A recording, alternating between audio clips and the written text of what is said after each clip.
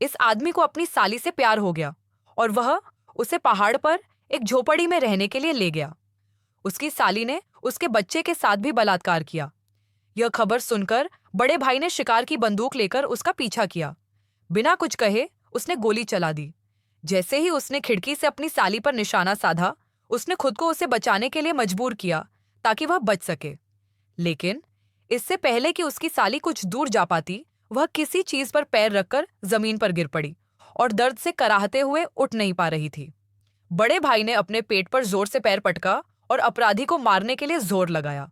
इसके तुरंत बाद बड़ा भाई घर लौटा और अपनी बहन को बताया कि क्या हुआ था। उसने अपनी साली को नहीं मारा, बल्कि पहाड़ों के जंगली जानवरों को उसे जिंदा मार डालने देना चाहता था।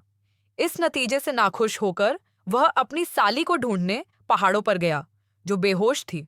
किस्मत से वह बच्चे को जन्म देने वाली थी। बच्चे के चले जाने का दुखी होकर उसने अपने पति को उठाया और बिना किसी हिचकिचाहट के वहां से चला गया। अगले दिन पहाड़ों में शिकार कर रहे ग्रामीणों को बड़ी भाभी का शव मिला। वह अजीब तरह से हिलने डुलने लगी थी और उसने एक बच्ची को जन्म दिया था। इसके तुरंत बाद एक अदृश्य शक्ति उसके शरीर को घसीट कर ले गई। भंवर के नीचे एक भंवर ने उसे चीर डाला। भंवर का दृश्य नर्क जैसा था। श्वेत और श्याम ने तुरंत प्रकट होकर उसके अपराधों का न्याय किया। उसे बेशर्म और कपड़े पहनने के भी अयोग्य समझा। उनकी बेटी भी नर्क में जाने के योग्य थी। परिवार के मामलों से अनजान ग्रामीणों ने तुरंत बेटी को छोटी बहन को दे दिया और दिखावे के लिए उसका पालन पोषण किया।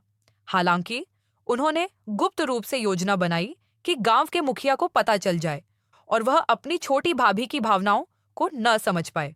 इसलिए उन्होंने छोटी बहन के लिए एक पालक महिला ढूंढी और बड़ी भाभी के बच्चे को एक अनाथालय भेज दिया। 20 साल पलक झपकते ही बीत गए और क्यूजी एक बेहतरीन ड्राइवर बन गया। एक दिन खेत पर उसने अपनी माँ की पुकार सुनी और डरकर गैरेज से बाहर निकल आया। तब से कई बार उसे उस छोटे से पहाड़ी गांव की याद आती रही। लेकिन अचानक उसने खुद को एक ट्रेन में पाया। ट्रेन के दरबान ने बिना किसी कारण के दरवाजा खोल दिया, जिससे क्यूजी बच निकला। सौभाग्य से उसने तुरंत प्रतिक्रिया दी और दरवाजा पकड़ लिया, लेकिन अपनी पूरी कोशिश के बावजूद वह बाहर नहीं निकल सका। तभी एक आदमी ने उसे आते सुना और उसे ऊपर खींच लिया। उस आदमी का गृहनगर, एक छोटा सा पहाड़ी गांव, उसकी जीवन रक्षक कृपा के कारण जल्दी ही उसके करीब आ गया। दोनों ने एक साथ घूमने का फैसला किया। लाल फूलों से लदे एक पेड़ के पास से गुजरते हुए वह पेड़ से गिर गया। उस आदमी ने उसके घाव पर मरहम लगाने में उसकी मदद की, जिससे माहौल अदृश्य रूप से और भी गहरा हो गया। उस भावुक पल के बाद वह उसकी प्रेमिका बन गई और वह आदमी स्वाभाविक रूप से उसे अपने घर ले गया। हालांकि उसे उम्मीद नहीं थी कि उस आदमी की माँ उसकी छोटी बहन होगी। क्यूजी को देखते ही वह आगबूला हो गया। वह बिल्कुल अपनी बड़ी भाभी जैसा दिखता था, यानी वह आदमी क्यूजी का सगा भाई था। किसी को पता नहीं था। जब वे बातें कर रहे थे, चांग की छोटी भाभी क्यूजी को नहाते समय ले गई। वह अपनी बड़ी भाभी से नफरत करता था और स्वाभाविक रूप से उसे परेशान भी किया जाता था। क्यूजी ने जानबूझकर उसके मरने के बाद उसके कपड़े बनवाए थे, इसलिए उसे सड़क पर भी परेशान किया जाता था। शुक्र है कि दिन का उजाला था, इसलिए वे कुछ करने की हिम्मत नहीं कर पाए। क्यूजी पहाड़ की चोटी पर पहुंच गया, लेकिन उसे पता नहीं था कि उसकी माँ वहां मर चुकी है। उसे बस अपनी गर्दन में दर्द का एहसास हुआ, लेकिन अचानक वह अपना आपा खो बैठा और उसने पट्टियों का थैला गिरा दिया, जिससे वह उड़ गई। उसने अपनी माँ को नरक में डोंगशान की आग के अन्याय को सहते हुए देखा। उसने क्यूजी को अपनी नफरत के बारे में बताया और अपनी सारी नफरत उस पर उड़ेल दी। जब वह उठी तो उसने खुद को निर्वस्त्र पाया। उसके बगल में एक आदमी था। वह उसे लकड़ी की गाड़ी पर घसीटता हुआ घर ले गया। अप्रत्याशित रूप से वे आदमी उसकी प्रेमिका के भाई निकले। वे क्यूजी के लिए लड़ने लगे और वह अपने भाई की बाहों में लिपट गई। बिल्कुल उनकी माँ जैसी लग रही थी। घृणा से भरी क्यूजी की आत्मा अभी भी उस आदमी से बदला लेना चाहती थी। उस आदमी की बहन, जिसके चेहरे पर एक बदमाशी थी, अंदर घुस आई। वह वही औरत थी जिसने उसकी जगह ली थी। उसने जानबूझकर उसे अपनी माँ के कपड़े पहनाए थे। जैसे ही बहन घर से निकली, गुंडों ने उस पर हमला कर दिया। अपनी दत्तक बेटी को यूं ही छोड़ दिया जाता देख छोटी बहन को एहसास हुआ कि यह क्यूजी का बदला है, इसीलिए उसने जानबूझकर अपने बड़े भाई को बुलाया। क्यूजी का जाना पहचाना चेहरा देखकर उसे हैरानी और खुशी दोनों हुई। उसने उस समय अपनी पत्नी से सच्चा प्यार किया था और इतने सालों बाद भी वह उसके बारे में सोचना बंद नहीं कर पा रहा था। उसके मन में भी क्यूजी के लिए भावनाएं पैदा हो गई थीं। हालांकि क्यूजी की आत्मा की जगह नफरत ने बहुत पहले ही ले ली थी। उसने विनम्र होने का नाटक किया, लेकिन जब उसका बड़ा भाई उस पर झपटा तो वह फिसल गया। बड़ा भाई श्वांग क्यूजी पर बेतहाशा झपटा मर गया।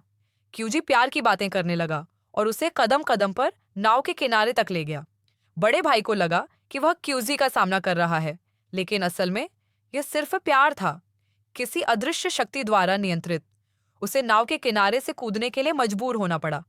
दूसरी ओर उसकी बहन दर्द सहन न कर पाने के कारण आग में जलकर मर गई।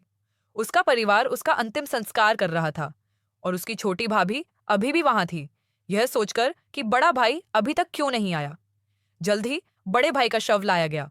गांव वालों को शक हुआ कि वह वही बहन है जो नाव के किनारे गिरी थी। उसकी आंख पर घाव देखकर वे समझ गए कि यह बड़ी भाभी का बदला है। उसे हर जगह प्यार की आवाज सुनाई दे रही थी। उसके शयन कक्ष में आवाज अंदर से आती हुई लग रही थी। जैसे ही उसने सीढ़ी नीचे की और गुप्त मार्ग में प्रवेश किया, क्यूशी उसके ऊपर प्रकट हुआ। अपनी बड़ी बहन को मरने के लिए छोड़कर वह आत्मसंतुष्टि के लिए उसे भी मरने देना चाहता था। बाद में वह शव को मनोवैज्ञानिक दृश्य में ले गया, जो अभी भी बड़े भाई हुआशा के खून से सना हुआ था, और उसने स्वीकार किया कि वह उसे नाव के किनारे ले गया था और कूद गया था। वह आदमी क्यूजी को ले जाना चाहता था, लेकिन यहाँ बड़े भाई ने उसे जाने नहीं दिया। क्यूजी ने उससे कहा, तुम्हारी माँ सुरंग में है। बड़ा भाई सुरंग में पहुंचा, लेकिन उसकी माँ पहले ही मर चुकी थी। वह क्यूजी और उसके भाई को तुरंत मारना चाहता था और उनका पीछा किया गया। वे पहाड़ पर भागे और अंततः केबिन तक पहुंच गए। बड़े भाई की गोलियों की आवाज चट्टानों से टकराई और सभी लोग मिट्टी के ढसने से बह गए और उसके प्रभाव से टुकड़े टुकड़े हो गए।